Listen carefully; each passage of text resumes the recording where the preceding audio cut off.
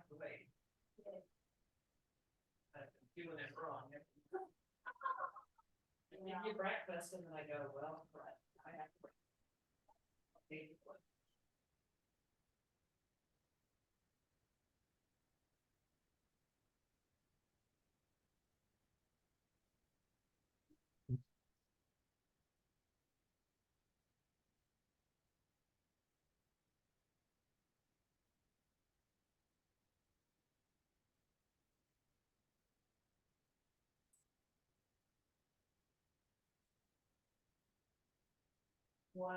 one.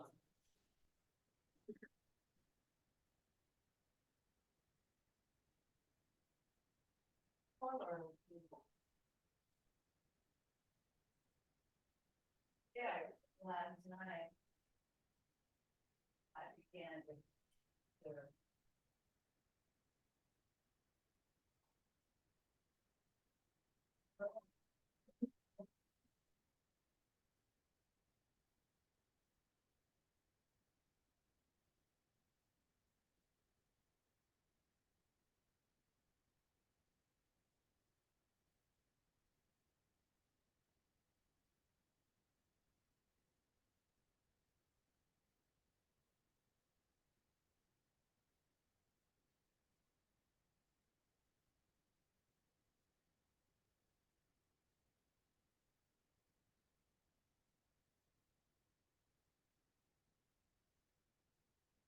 Cozy. You could bring your arm down so you're holding still. Hold still.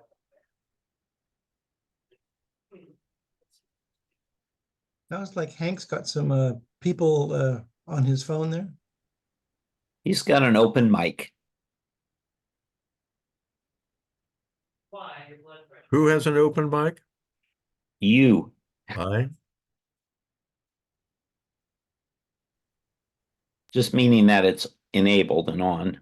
So we're listening in. Don't give away any dark secrets.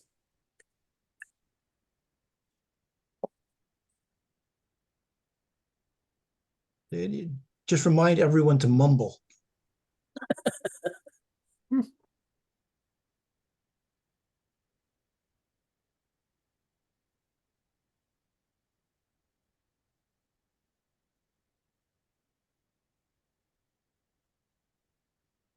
Have to do that again today. That was just right. All right, so let's get a little breakfast. I can get you a little oatmeal, or I can get you a little cereal. Rice, some cinnamon and sugar. That sounds good.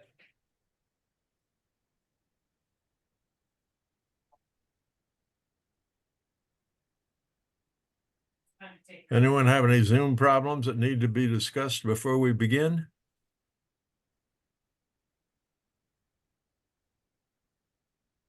Hearing none. I'll turn it up to Don Raymond. Turn it over to Don Raymond, excuse me. It's 35 after the hour, and we only have 17 participants. Interesting. Well, they were pre-notified who the speaker was. Don't want to give you a complex, Don. Oh.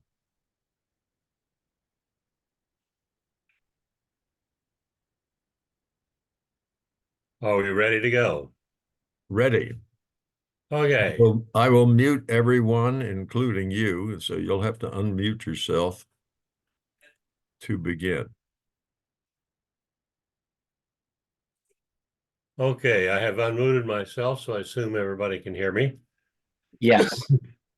Okay, this has a potential of being the most boring meeting you've ever had. I'm trying to make it not that way, but it is important. It's very important, and I have not heard it discussed before on your for the computer group.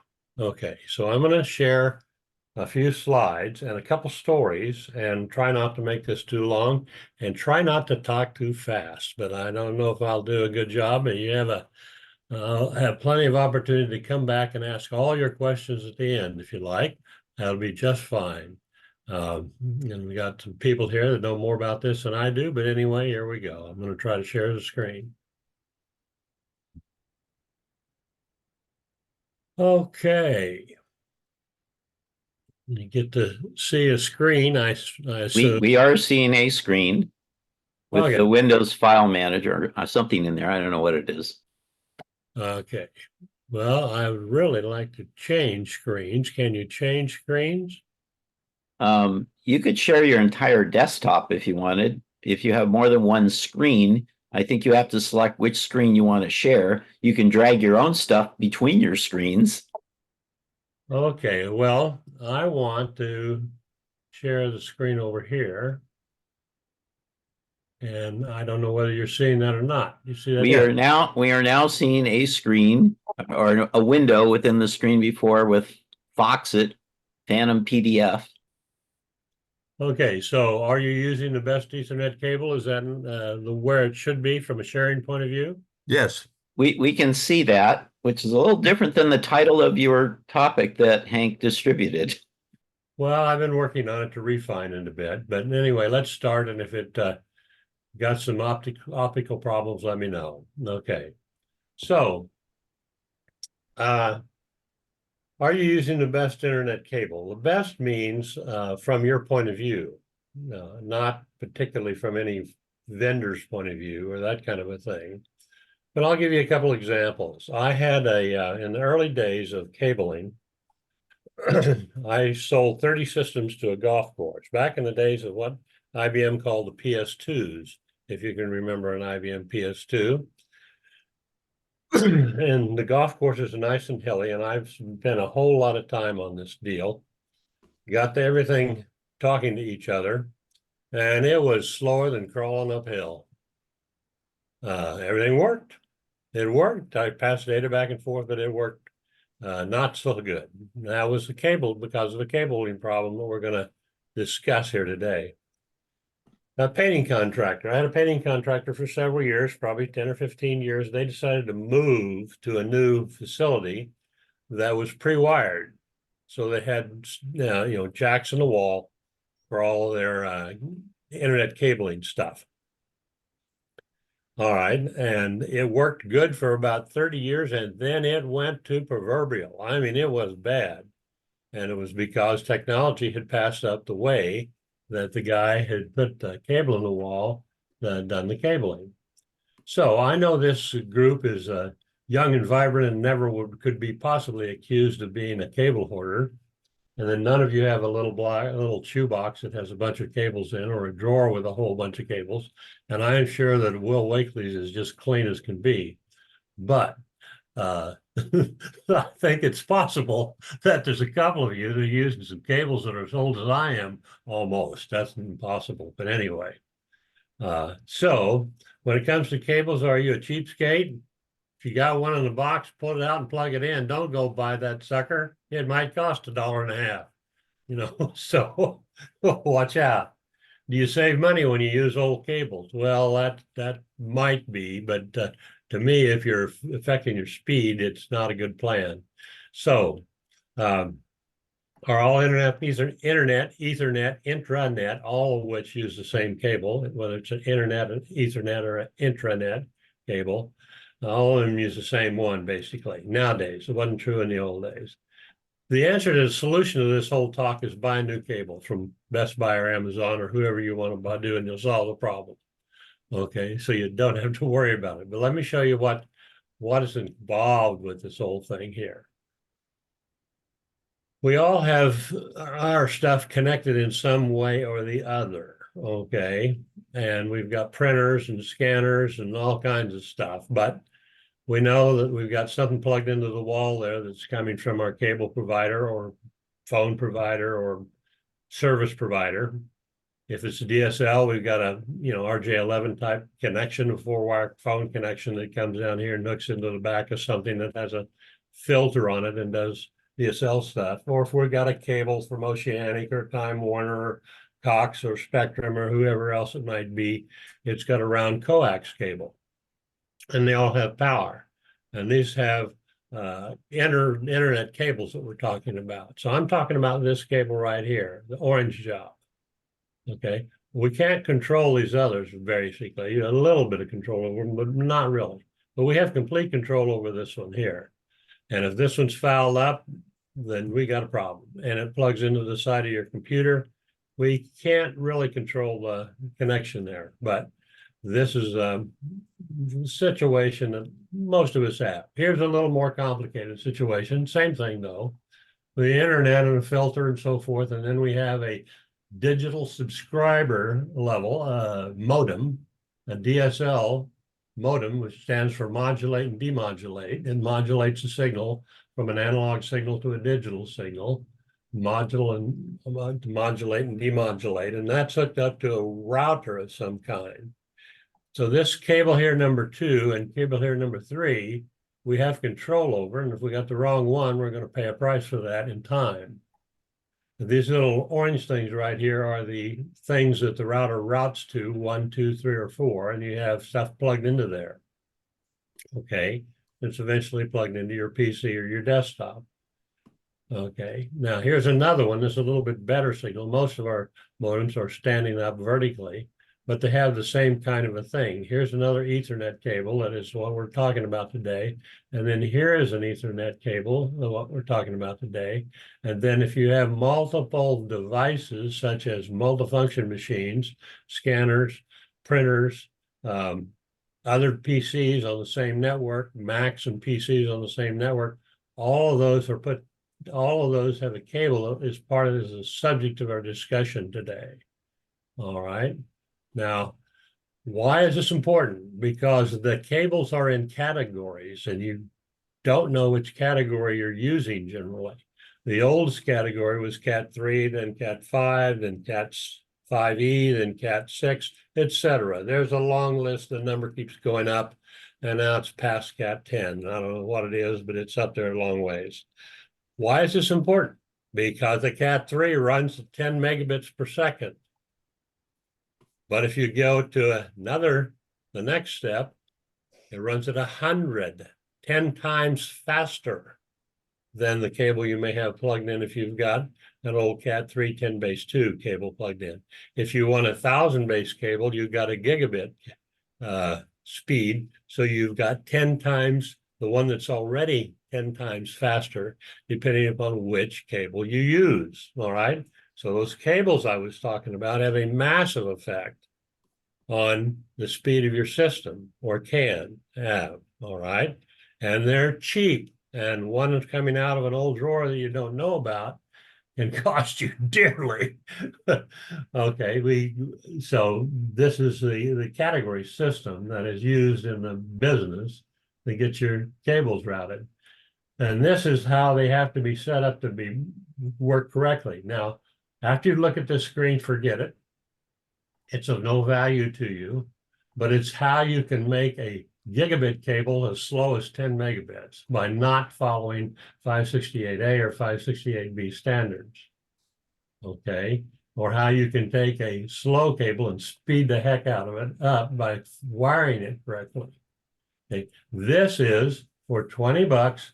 You can buy from, and this is an Amazon search, a good cable. In fact, this is a 5-pack, although these are short cables, but they're Ethernet, internet, intranet, which I can cover that if you'd like, cables, and they have the pin connections, the 8 pins connections, and they're in 4 sets of 4 cable. Well, there's white, brown, brown, white, blue, blue, white, green, green, white, orange, orange, pairs of cables inside this connector.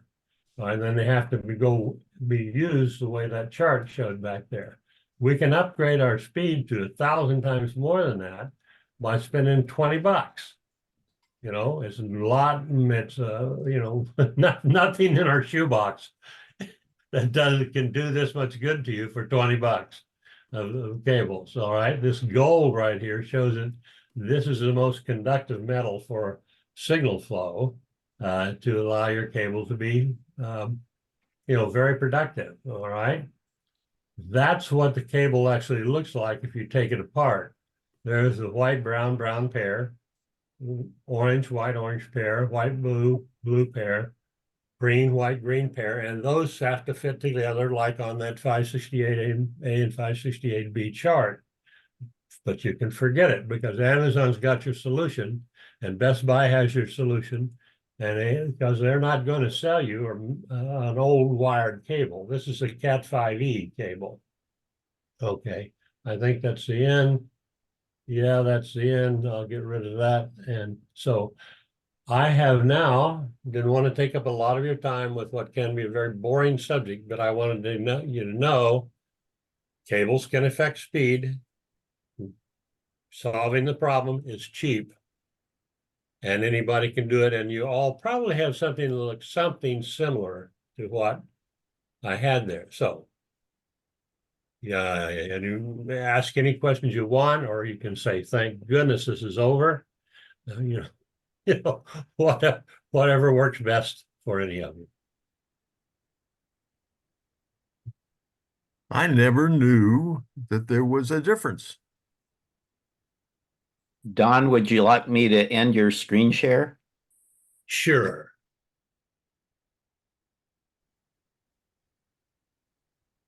Well, there is a difference, and the difference is a factor of 10 in the one little case, and then another factor of 10 for 1,000 in another case, and that controls your speed, my friend.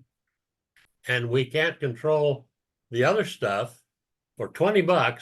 We can't make a change to a gigabit signal, even if you've got a gigabit card in your computer and you've got a 10 base 2 cable in it, you're going to be running at 10 base 2.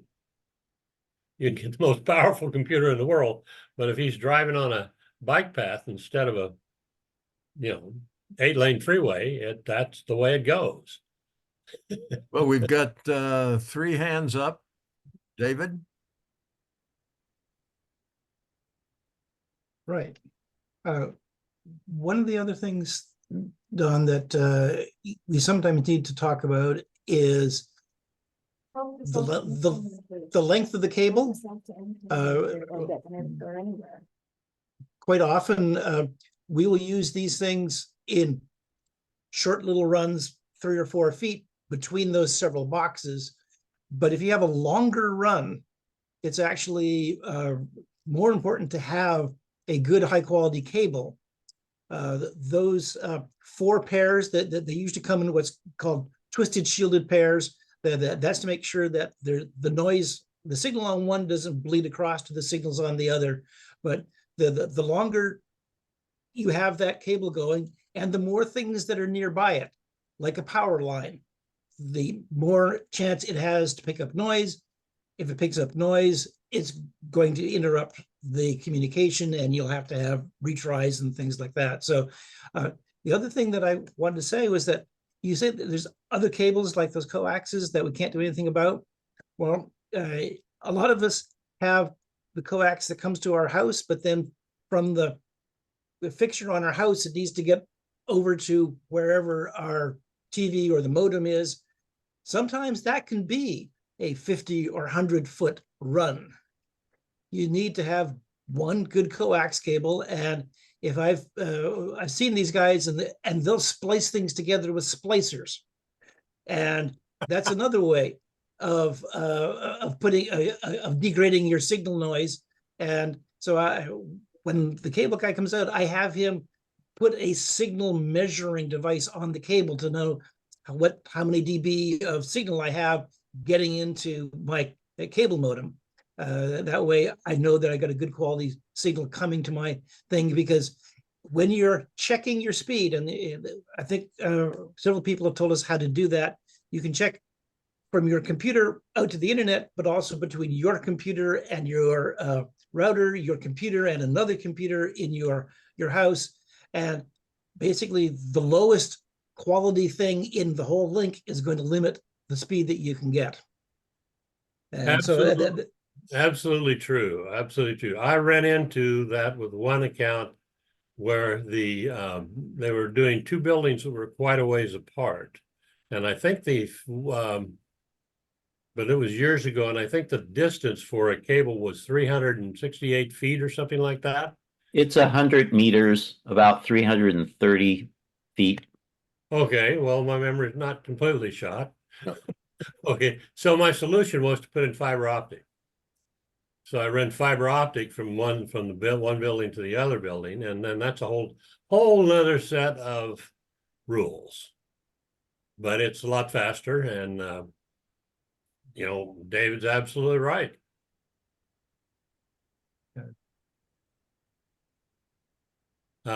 Saul, Alice is ahead of me. okay, let me get. Hi, Alice. Hi, I did a quick question. How do I know what size cable I've got? Is it written on all of the cables? It should be. It should be written on the cables, but rather than my suggestion is unless you've got a huge network, rather than getting involved in is this the right cable or not, say, when did I get this cable? I got this cable 20 years ago. Go buy yourself a new one. Got it. Okay, thank you.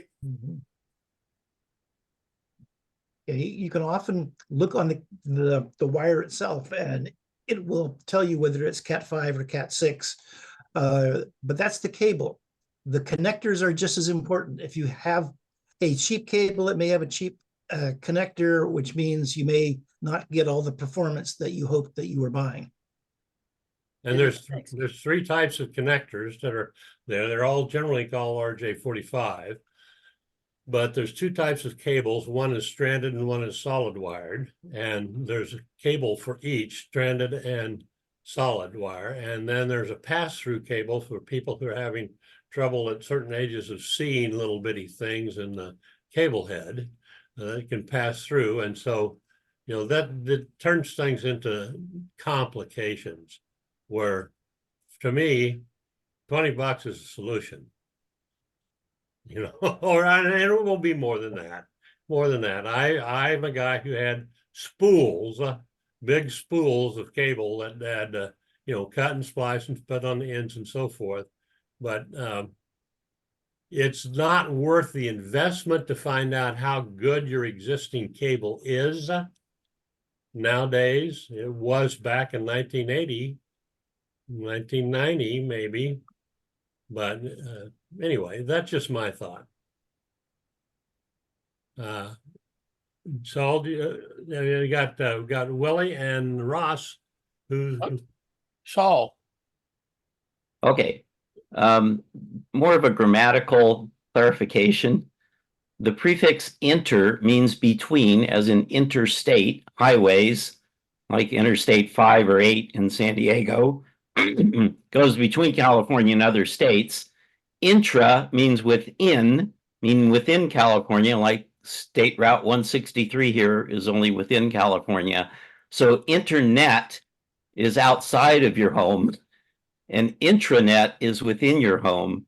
And the types of cables Don was presenting on are generically called Ethernet cables, and they may be used on the internet also, but within your home, we're really just talking about Ethernet cables per se, not technically internet cables, except to the extent of what David mentioned is the connection coming into from the provider into your router, which could be coax, it could be any number of things.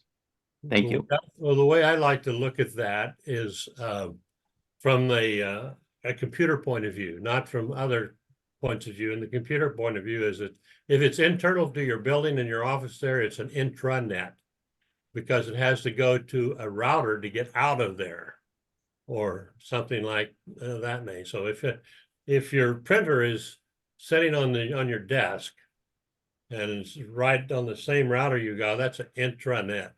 Although it doesn't make any difference, you can call it whatever you want. If it's down the, you know, if it's down the street over at the neighbors, you got to go internet outbound to get there. But you know, whatever. If you want to talk about the network stuff, you can talk about whether you're on your local intranet, which is usually a local area network, or if you go through a router, then you're going out to a different set of IP addresses, and you're router normally makes your a set of local IP addresses, and it does something called network address translation between its side and the outside world. Yeah, my point primarily was for what Don's presenting, if he's encouraging people to get a new cable, what they should be asking for is an Ethernet cable. Okay, don't go into the store and say, give me an internet cable. You know, the proper term is Ethernet. Thank you. Thank you. Yeah, if you ask for an internet cable, they may take you over to the coax for things to plug into your cable modem. Willie? Yeah, if I had a Ethernet cable that is wired to a socket or something on the wall, is there, and I have to add, say, a 10-foot Ethernet cable onto the end of that, is there a degradation because of the connection point, or should it be kind of hardwired all the way through to the computer? The wall jacks I have not seen cause problems unless there's a miswire at the wall jack. Okay. Now, it can be a problem if, as what was mentioned, what is behind the wall. So if the wiring in the wall is Cat 3 and you're going to put a Cat 5 or 6 cable on the other side, you're not going to get the true performance all the way back to the source. You have to know what's behind that wall and how many wires that are there. So are there a 2 pair or is there 4 pair that are actually wired up and working? But the actual physical connection itself at the wall, again, the jacks I have not seen cause a speed issue.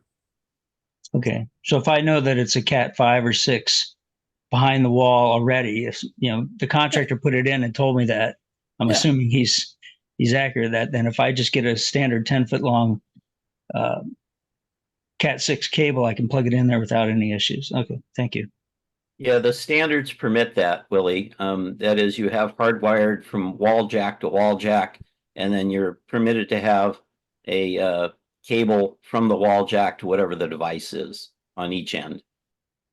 But I can add probably 100 feet or something to that 100-foot run and still stay within the 300. Yeah, as long meters. as you don't exceed the overall. That's what I'm saying. There's no distance. degradation because of the connector Yeah. in terms of distance. No. Yeah, No. that's correct. And Thank on you. the wires themselves, there's markings on there that tells you where that is within that wire. So you can say, okay, I look at the wall and it tells me I can figure out that there's 40 feet worth of wire behind the wall. And sure, then on the other side, you can put 290 feet more if necessary. Got it. Great. Dan? Yes. Thinking when you're talking about cables, you also have to talk about the routing of the cable. And if you make it nice and neat and you run that cable in parallel with your power cable, you may have problems. So that's another thing to think about when you're talking about cables, because they can interfere with each other. That's why the higher quality cables not only have twisted pairs, but they also have a shield around each pair to prevent the outside noise from getting in or their signals from getting out to other ones. But again, that's just getting a higher quality piece of cable. And again, if you're not going for very long, it's not as much of a problem. But if you're going next to other cables that are not shielded, that have lots of current in them, you have to worry about cross contamination between the cables. And I want to clarify again, for the purpose of Don's presentation, if people are going to go out and get an Ethernet cable, most people in residential settings are going to get an unshielded cable, because getting a shielded one and plugging it into a jack that doesn't have a shield connection on it isn't going to do you any good. That's more commercial level stuff, or where you're working in a plant or something with a lot of machinery and stuff, generating a lot of electronic noise. Just a regular Ethernet unshielded cable. So as speaking to what he was just asking about, Dan, excuse me, many years ago, we had trouble at a particular customer that was just bringing a new office up. And we found that the networking inside the office ran wires above the ceiling, which was fine, but they run the wires right across the fluorescent lights, which had quite a bit of radiation out of those transformers. Once we moved them away, then yes, that just so they weren't running across the lights, then things started to speed up a whole lot more. So it's, yeah, you have to be careful on what you're doing. So my comments were going to be, when you are looking at your network at your home, your office, you have to start with each device and find out what the specifications for that particular device is. Just by replacing the cable is not going to speed you up. But if something changes, say you're getting a new gigabit connection from Cox, you have to make sure that all the rest of the wiring in your house is capable of going the gigabit. So you have to look at each device. If you look on Windows, I think in the Mac, you can do the same thing. If you look at the connection that's there, it will tell you what the speed is for that particular connection. And getting to 1,000 is a whole lot better than going at 10. I don't think there's much anything out there as 10 anymore, unless you pick up to say, I need to have a switch or need more connections, and you put an old 10 megabit or 10/100 switch in there, then you're going to slow things down through that switch. So just be aware that each device has its own specifications, and then you want to match up, say, starting at the router, modem/router, and go with that speed throughout your network. Yeah. Go ahead, David. Oh, I was also going to say that, we've been talking wired connections throughout today. Yes. A lot of people have wireless connections, and they tend to be not as fast because of the wireless media. And so sometimes, as I said, your net throughput is the throughput of the weakest or the slowest link in your system. Most laptops now do not have a wired connection for you to use. It's all wireless. And then you need to look and say, okay, and I've got a new fast laptop that supports 5G. If your wireless router doesn't support 5G, then you need to get a new router that supports 5G, so you'll have the higher speed, or you'll be running at a lower performance. You can buy adapters from USB to wired connection, and if you're having a performance issue or connection issue at that particular laptop, that's a reasonable thing to do, is to convert that back to a wired connection. It will give you much higher performance. Yeah, but it's mentioned on. Go ahead. Ross, why do you suppose that they went away from the Ethernet connection on the laptop? Thickness. So to try to get an Ethernet connection thin enough that will fit into the new very thin laptops is a big problem. Okay. It used to have taller ones, and the Ethernet connection would fit right in there with no issues, like when you had a DVD or CD-ROM in the system. Now you don't have those, and they keep trying to get them thinner and thinner. For a while there, and it worked very well, that they had a drop-down door on the Ethernet connection. So when you plugged into there, it actually went down below the bottom of the case, and that allowed that connection to go in there. But again, as wireless becoming more and more popular, then those have completely gone away, and you have to buy some external adapter if you want to have a wired connection. But if you've upgraded the rest of your network within your home/office to have good Wi-Fi signals in there, then you don't really need to have a wired connection. But to me, a wireless is not as fast and not as reliable as a wired connection. Now, do we use wireless for everything else? Yeah, my cell phone does not have a wired Ethernet connection, but it does do 5G now also. So I upgraded my router to do 5G so that I would have the fastest performance between my router and my new cell phone. Excuse me, Sal, take over, please. I will. Go ahead, Ross.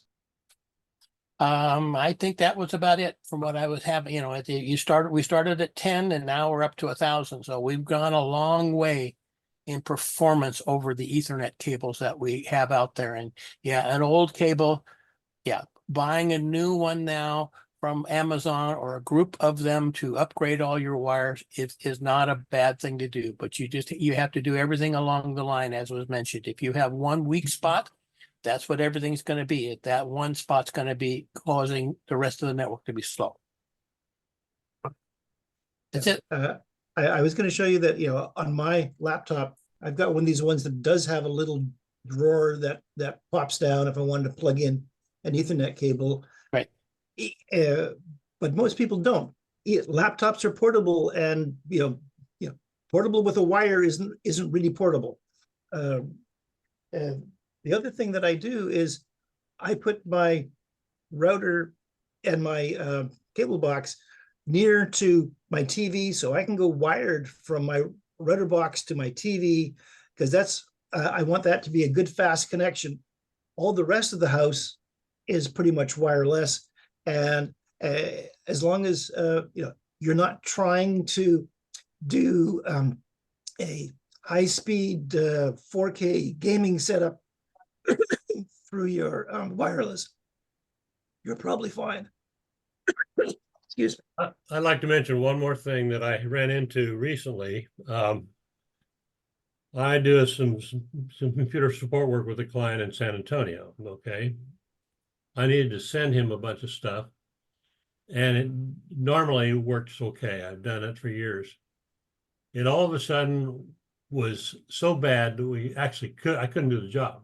I couldn't, the transfer rate, the upload speed or download speed for whatever was so screwed up that I couldn't do the job. And so the only thing I thought is I ran a speed test on my machine. I then got him to run the same speed test on his machine.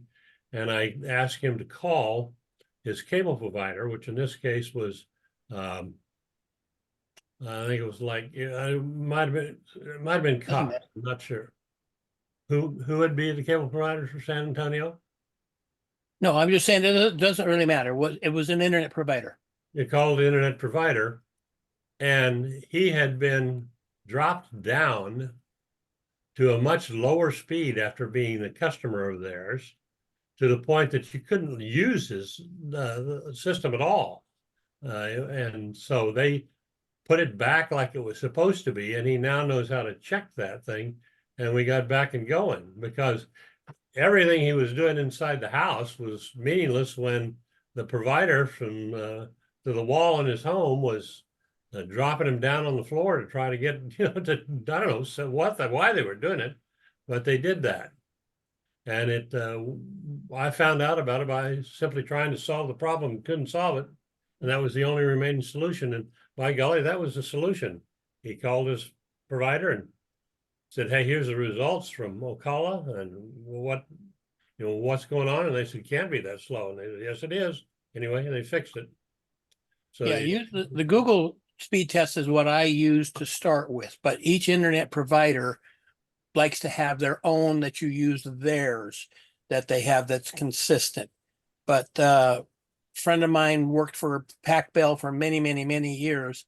And his comment was, if you're having trouble telephone, internet, whatever service you are having from that service provider, is you call up the billing department when you're having trouble and say, my internet's down, I've slow speed, whatever the issue is, you ask them for the money back for that day's worth of performance.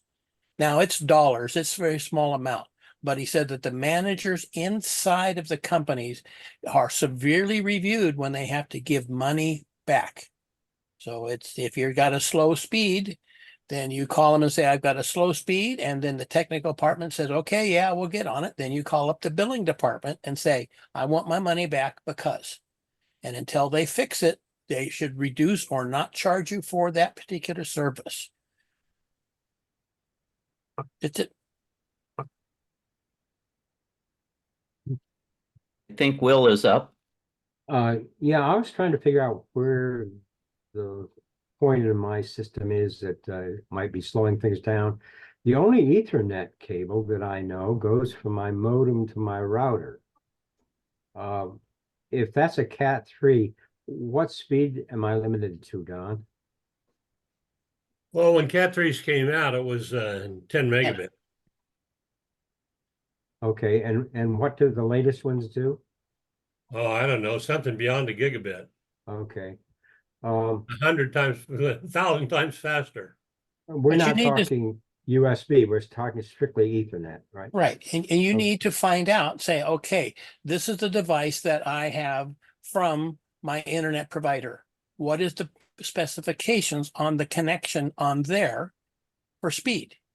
And the same thing on your router. Your You've got more firewall than- router is you have to have them matched up. So if 10's on one side and 100's on the other, you're not going to get anything more than 10, no matter how many times you change the cable. You have to Exactly. have them all matched. Okay, thank you. And as was mentioned earlier, reputable cable manufacturers will print on the cable jacket the category Right. of that cable. Right. It will say Cat 5, Cat 5E, Cat 6, whatever it is. Again, Okay. when you're upgrading equipment, anything out down from the computer back to the modem, is you need to make sure that what is the specifications for those connectors that are there, and then upgrade everything else accordingly. Thank you. Barbara? Yeah, I know, I just wanted to check and find what is the best way to dispose of all these cables that we don't need anymore. I have a box full of cables under my desk here, but what is the safest and most reliable way to dispose of them? I take them to the Goodwill in Midway area. They have an area that's all set up for anything that you want to turn into Goodwill, and you can put it in the trunk, and you pop open the trunk and they take the box out and say, thank you very much. There are, I see in the different neighborhoods, you'll get a flyer in the mail and says on Saturday morning at this particular high school, they're going to have the similar type thing. So you just load everything up in the back there that has a wire, and then you can go through there and they'll take that and recycle it. That's the best. Now, what happens to it after it goes to one of those facilities? Is it properly recycled? That's a big issue right now. I know they're all trying to work on that, but if they get shipped out of the United States to another foreign country, we completely lose control over where those are and what happens. We talked about air tags last week, and I've read a couple articles where people put air tags into some of their old computer equipment just to see what happened to them, and then followed them around the world to see where they actually ended up before they were disassembled. Okay. Just a quickie, I might add that Best Okay. Buy will take anything. I Yes. took a grocery bag full of wires and Staples both will take them. Right, Staples, and there's many places. I know the Computers to Kids here in town will take them. That's a very good one. They'll take anything that's got a plug in it. I mean, just almost anything. Yeah. Okay, thank you. Willie? Just strange technical phenomenon here. I go to unmute myself, and if there's a information on top of the mute button, it won't click on it. Anyway, it's silly. I got a question. I have a brand new router that I get from, I'm actually renting from Spectrum, I guess. And it has 4 Ethernet ports on it. Are they independently run? I mean, basically, if I get 100 megabits or 1,000 gigabits or whatever the thing is, I guess a gigabit is what they're pushing these days. Can I get that out of each port independently? Yes, they're probably gigabit ports. Okay. And Uh, if another device you plug in, let's say it's another one that you're going from the router that has gigabit on the output of the router, and the device you're going into is 100, then the connection between those two places will be 100, but everything else will be a gigabit if they're matched up on both ends. Okay, thanks. At some point, there's going to be a maximum throughput that you're getting if you're going, out to the internet through your cable modem. There's there's a maximum speed that you'll be able to get from them. You can have 10 different gigabit devices all trying to go down through the same little straw, and there's only so much that comes through the straw. Thank you, That was David. that was one of the reasons why the cable company was telling me that they want to get rid of TV over the cable. They want to go to streaming and all that. That this Zumo box that Spectrum's pushing, because they were saying they would rather have internet traffic rather than TV sharing the cable, as it takes bandwidth. Anything does, but yes, most of yours are trying to get to the telephone and TV, be everything based upon an internet connection versus it having to have a hard coax wire that they support. But more and more, a lot of the things are moving to wireless. Like my wireless internet from Verizon, and T-Mobile offers the same thing, that your home internet is through wireless versus wired, because then there's much less infrastructure that they have to have between their source and where they're going to you. Now, I can't get gigabit performance through that the way that if you have a fiber connection, which is how they're doing it if you're going to have a gigabit connection to the house. But then after that, you bring it into the house, you're going to have a wired connection. You're not going to be generally running any fiber optic within your house. It's going to be wireless, or wired, I should say.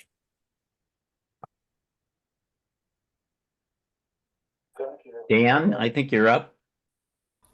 Yes, when we talk about something like a cable and the manufacturer says 10 gigabit, that means it will run at least that speed.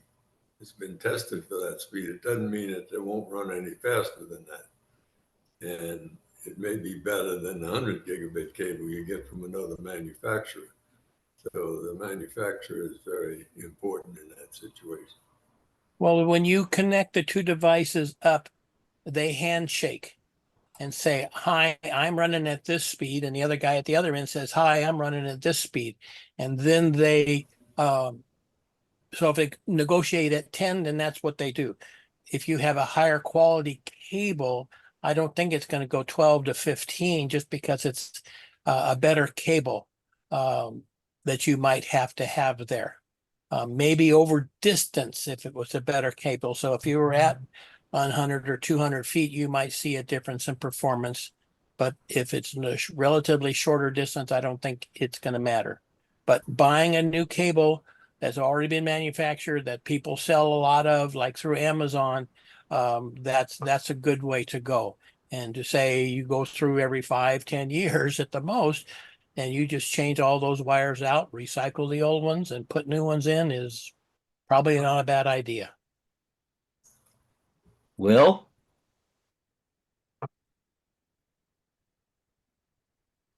What's the speed of the shielded TV cable coming in? Is that a limitation at all? That's a huge amount of bandwidth on coax. Yes. Coax, yeah, okay. Yes.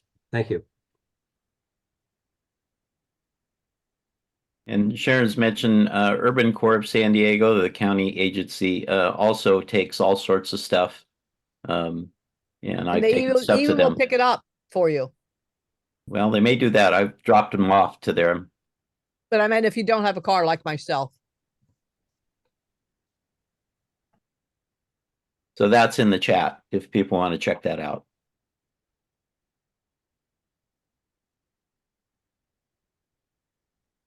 So I'm waiting for more hands to go up. Until that happens, I'll just try to summarize a little bit for Don. If you're looking for a new Ethernet cable, if your internet outside connection is within a gigabit or less, then a category 5E cable, Ethernet cable, will probably be sufficient for you. You can get a category 6 if you want. They're a little thicker and stiffer. These are all stranded wire cables, but It's up to you. But a category 5E, not category 5, but category 5E for enhanced will be sufficient. And Will's got his hand back up.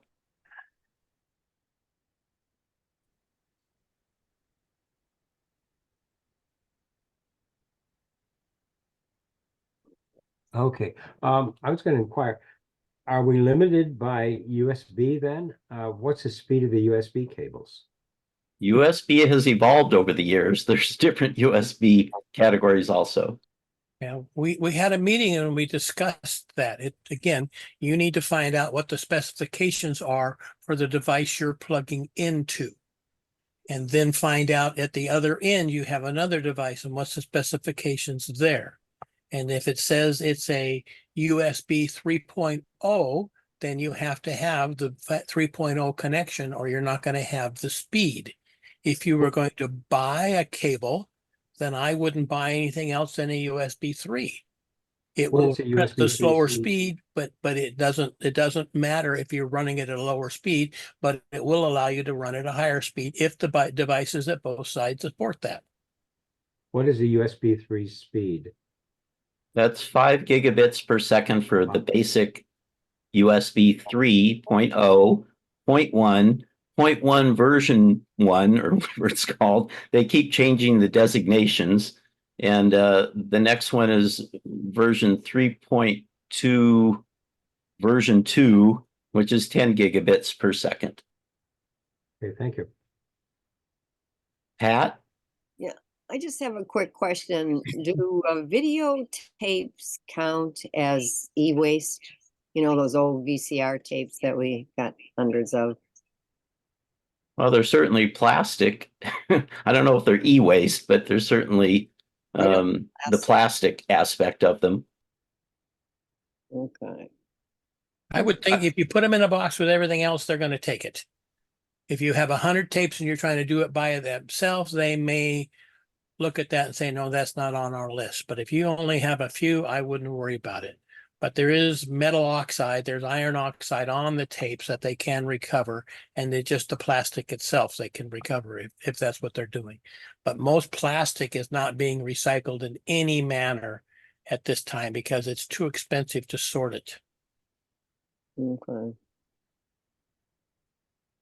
And some of the places that have been mentioned already that recycle various items, some of them will take like old CDs and DVD discs for recycling, and maybe even floppy disks. I don't know, maybe not 8-track tapes, but anyway, you can contact people. You can look online and you can see who will accept VCR tapes, for instance. There is a client in town here that we work with. It's called I Love a Clean San Diego. And they have a hotline that's available 5 days a week, I think it is, from 8 to 5. And you can call them and say, I have X, where do I recycle it? And they will tell you. Okay, all right, thanks. Seems to me in the back of my mind, I heard somewhere that they weren't recycling paper because apparently China or whomever was not taking the paper. Is that true? Are they still recycling paper? It's very expensive to do any recycling. And I do know that as you're talking about that sometimes that a lot of countries now are saying we're no longer going to be the dumping location for the United States for all those items. Now for paper, to make a recycled paper, like when you put it out into the recycle bin, it's supposed to be sortable. So do you have a stack of newspaper, and then you have a stack of magazines, and you have a stack of cards. And if you say the mailing card, if you put them all together, they become very hard to recycle because they can't be of different types of paper, coated, plastic on there, harder stock, envelopes that have a window in them. All those things can degrade the value of that paper recycling process. I was just concerned that maybe they're taking all of our recycle and just dumping it in the dump, but I don't know. It depends on how, did we pay for that to be delivered, and then they don't have to recoup any money for it because we paid for everything to send it to them. But you can find many, many videos that talk about from there where they take cruise ships and all the TVs or whatever it is they're recycling back to another country. And they do pull some things out of it, but then there's a lot of hazardous waste and a lot of safety issues when we're sending it out. Trying to get it recycled and reprocessed here would be better. But again, it's all down to cost. Yeah, I had an overflow of my blue trash recycle can and like had a second one. So I actually took a load to the city dump in on Convoy Street. And they wanted to charge me $55, $57 for me to take recycle into the dump. I'm a San Diego citizen, have been for many years. And I thought I was paying for this dump through my real estate taxes or whatever. But I was surprised. It used to be it was free. Now that apparently they do charge for you to take individual things to the dump. And that kind of upset me. Dan? Yes, if you call the city dump, there's a building outside. So you usually can make an appointment for Saturday. Yep. And bring the recycled stuff to them. Right. And they'll also take things like fluorescent tubes and various Batteries. assorted junk. But you have to call them and verify it and Right. make sure they're open on Saturday. That's when they do it. Right. If you want to recycle batteries, that's the way it used to be there too. You not supposed to put those in the normal recycling. You were supposed to take it to the dump and make an arrangement where you take your old AA's or whatever is old batteries that you have, and then they would take those there. Yeah, that section is for household hazardous waste, and you can make an appointment online through the city of San Diego if you live in the city of San Diego. And they are just Saturday appointments. By the way, Wonder if I just Home Depot haven't- takes old batteries. It's very easy to, there's a box in the front of the Home Depots to put old batteries. Yeah. What if I just have an extra blue container of recycled materials, but not in the blue container? Can I do that to the outside area, or does that have to go back into the actual dump area? You have to contact them, I would assume. I don't know. They have where you do the cans and bottle recycling, they have cardboard and paper, mixed paper bins. It's all free. No appointment necessary. You just drive the same places where the appointment is, only you go through the gate. You go around a little circular and go through the gate, and then there's cardboard and paper recycling. And Will, I believe the city of San Diego will provide a second blue bin if you don't already have one for free. I don't know the recycle. I've got a broken recycle bin, and they don't give me a free one of those as a replacement. You have to go over off of Miramar Road and pick one up from there or charge. But it was in the range of $50 for a replacement bin. Yeah, well, I had the wheels come off of ours. We had to get a replacement. It was about 50, 60 bucks.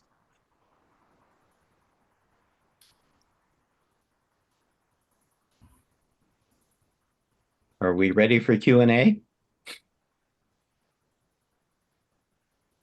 If so, we'll thank Don for his presentation. Yeah, thanks, Don. That was good. Yes, thanks.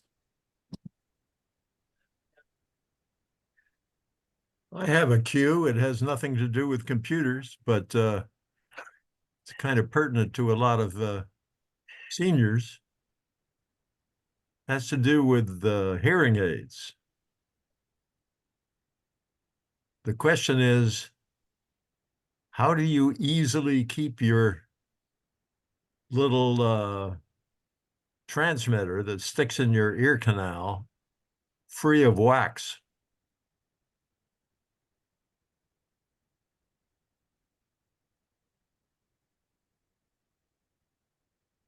Sure is quiet here. Dan, What'd you say? What'd you In say? your ears.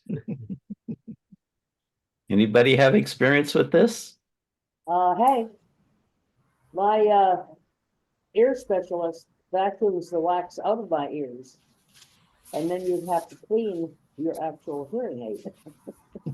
what did you say?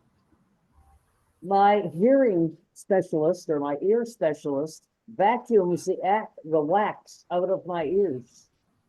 Yes, I But that- know. I Yeah, you would have to find out from him how to clean it, or find out from someone how to clean the hearing aid. yeah, if you can keep your ears free of wax, you don't end up with your hearing aid waxed. But if you do have a waxed hearing aid, anyone have a type of scrub or a type of cleaning fluid that you can dip your hearing aid transmitter into and have it come out clean? I think Miriam might have a comment. Miriam? I do. I clean mine every morning with a brush from an electric toothbrush, a used brush. It's about this tall, fits inside the case for the hearing aids, and I clean it like 20 strokes each one. Now, I don't have very waxy ears, so I can't say whether I'm doing a good job or not. But that's what I was told to do, was to brush them off before I put them in every morning. And You do that dry? And I do it dry, yes. And you have a mechanical brush or electric, like a toothbrush? Well, it's the top brush, the brush part from an electric toothbrush. But those parts come off and you have to replace them periodically. And when I'm ready to replace them, then I use the one that's used, becomes the hearing aid cleaner. Great idea. Greg? Dan? Yes, I just got some new hearing aids, and I've had previous hearing aids, and it had a little, where the opening for the hearing is, it looks like a ring, which is an insert. And they have a tool which you can remove that insert and put a new insert into that hearing aid. And that's what they told me to do, and that's what I've done before. I didn't know that was that. So I'm gonna bring it to your front door. Okay. Can you just open the door and put it on the hook behind the door? Yeah. Because I'm upstairs at my meeting. Yeah. I'll try to remember to bring the chairs when we go down, Jim, your mic's on. Okay. unless you want to pick them up sooner. Not anymore. Anything else, Dan? No, I'd say the device came with the hearing aid. It's looks like almost like a toothpick, but one end will remove the old piece, and on the other end there is a new piece. Then you turn it over and you stick the new one in the hole that you created when you took the old piece out. Well, I should go back to the place where I bought the hearing aid and see if they have such a thing. Check with the manufacturer.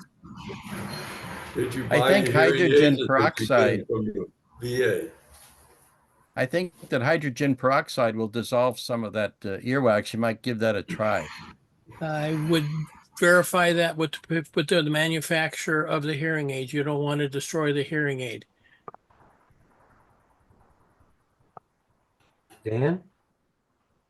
I got my hearing aids from the VA, and you can order the inserts or the batteries, either one, by going through their ordering procedure. The VA won't talk to me. I spent 31 years in the Navy and I'm not qualified. Anything else, Dan? I think that's it. Thank you, Dan. Pat, did you want to say something? Yeah, this was a little off the hearing aid subject, but I think this is an FYI for anybody who owns or is concerned about Proposition 19. But on Thursday's paper, they had where you might want, if you want to fix Proposition 19, the part where your kids inherit, they have to live in your place for a year or something of that sort.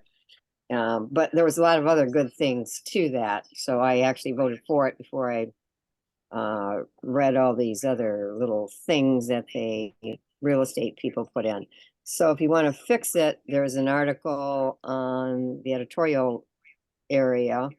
And it was also the last two paragraphs had to do with where if you wanted to sign to fix Proposition 19, Howard Jarvis is one of the places where you can sign, but if you might want to sign that and get that corrected, because that's really not a good thing. That is pretty far afield of hearing aids. It is. But while Yeah. we're that far afield, what's the status of Prop 13? I don't think we want to go there in this meeting, Will. Let's keep the politics out of the meeting, please. I agree. Don? Okay, as with the rest of the world, Amazon Prime has gobs of hearing aid cleaner products, screens full of them, and they're all inexpensive. You might want to look there. They have, Amazon has what, Don?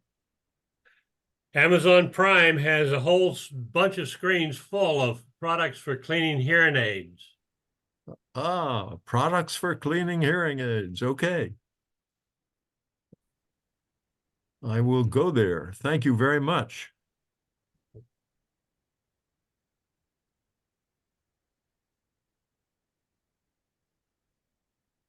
Well, I don't see any more cues.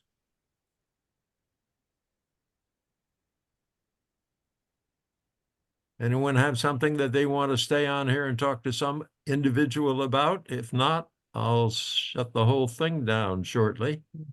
What do I we would like have to on talk to deck for somebody next about- week? Wait a minute. Who was that? What- David and someone were both talking at the same time, and I didn't hear either. David and Will were talking over each other. I was just wondering, do we have something scheduled for next week? Yes, we do, but I don't remember what. Just a minute. I will look on my calendar. Calendar. For goodness sake, there it is. Okay, next week is the 3rd of February. And we have a video that I have found on Brain HQ. We had a suggestion that we talk some more about what Stan talked about Lumosity, and Brain HQ is like Lumosity, but a different organization. So that's what I have scheduled. Yeah, I remember Willie saying that they use it in one of his continuing education classes. Yeah. That is correct. It's also available through a lot of health insurance companies for free. Sharon? Kaiser specifically has that. We'll hear about it next week. For health plans, Scan Health Plan offers it. However, you have to go through a company called OnePass, and OnePass then gets you the subscription to Brain HQ for free as part of your health plan. So if you have Scan Health Plan, and now Willie said Kaiser, and there are the schools as well. So there's more places of ways to get it now. Okay, And even after though it's that- not on, After next week, I have nothing else. So once again, I'd be happy to have your suggestions for subjects. Will? even though we don't discuss this sort of thing on here, we are seniors, and I am concerned about Prop 13. Does anybody know about it? I guess nobody knows about it. I Apparently, only, they're trying to revoke Prop 13. I I only am saw, involved in it. No excuse me, politics. I only saw one proposition in the voter pamphlet. I don't know which one it is. Okay, but I don't think we need to go there right now. I don't either. Well, Yeah, it's I'd a like to- serious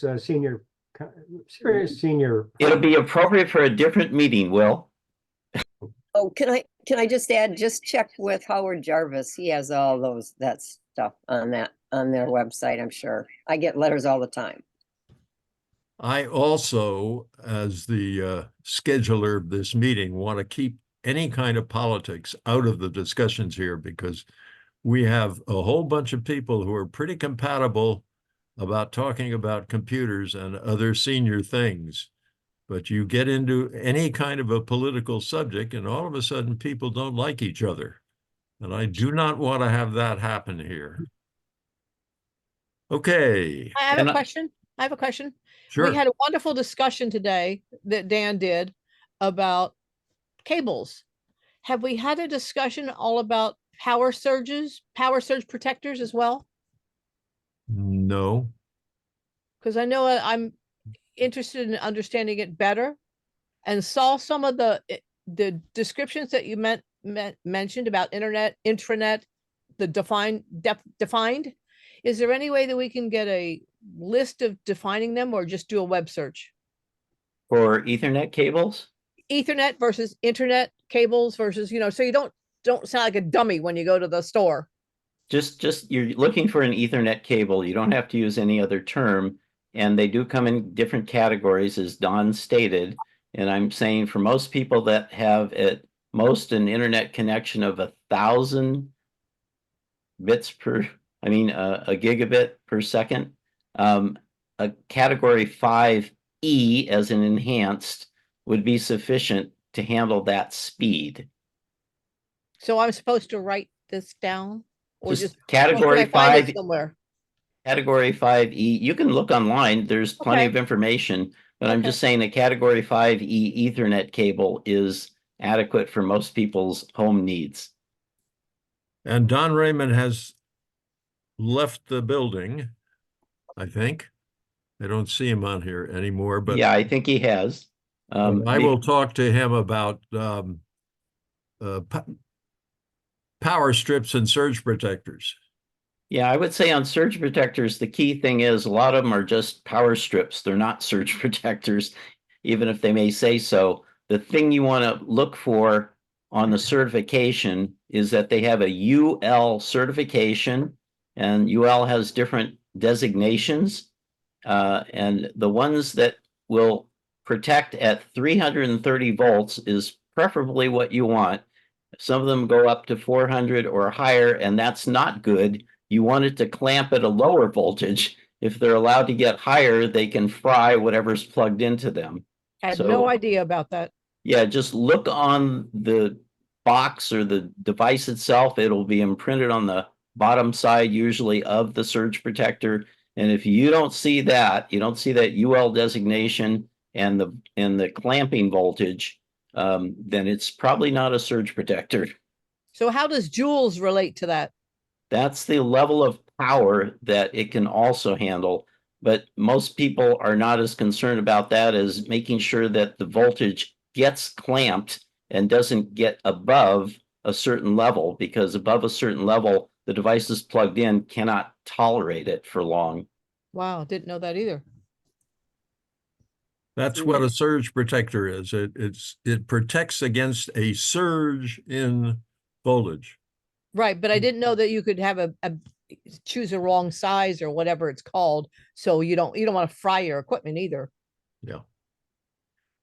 And before we leave, I'll just mention that APCUG had a webinar this past Wednesday, very interesting, one on AI, artificial intelligence, and scams, particularly towards seniors, from a person from the United States Justice Department attorney who fights those things, and a second segment on a free cross-platform encryption program called VeraCrypt. And it was well attended.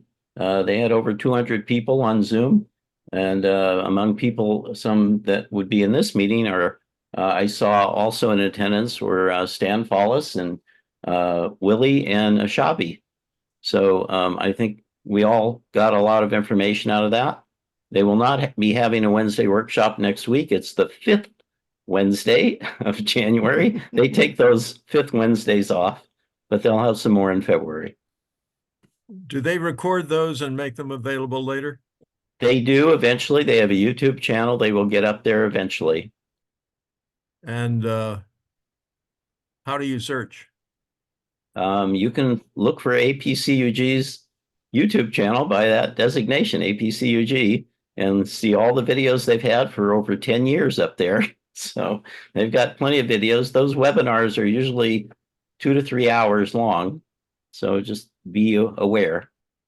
One of the benefits of being a member of the seniors computer group and attending this meeting, as opposed to just being a free tag along person, is that the announcement of the Wednesday seminars goes out to seniors computer group members only, not to the additional people who come here who are not members.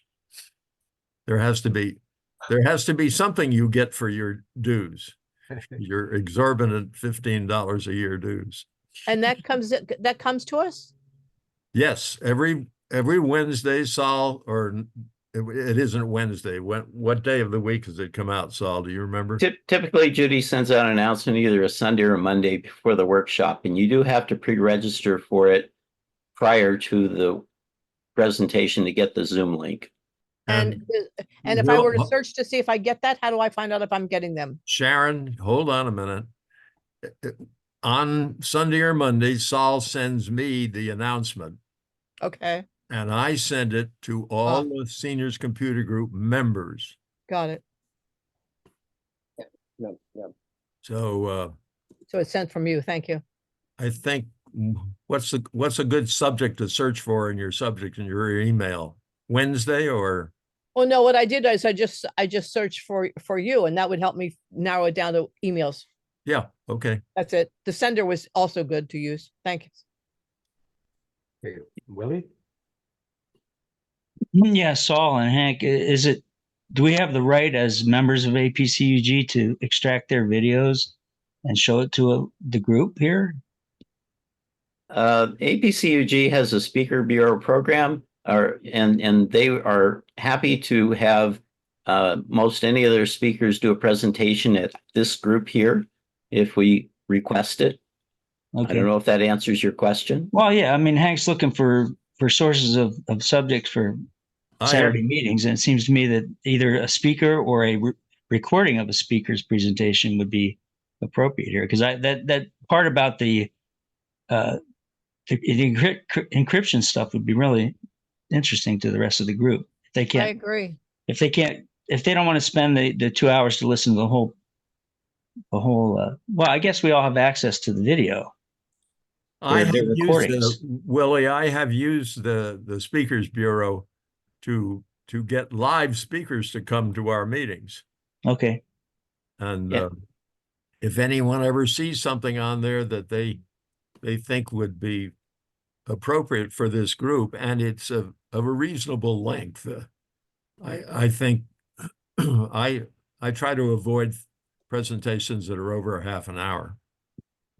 And if you want to wet your brain neurons up there and look at some of those, if you go to APCUG's website, you'll find their Speaker Bureau page, and it will have hundreds of different topics by specific speakers.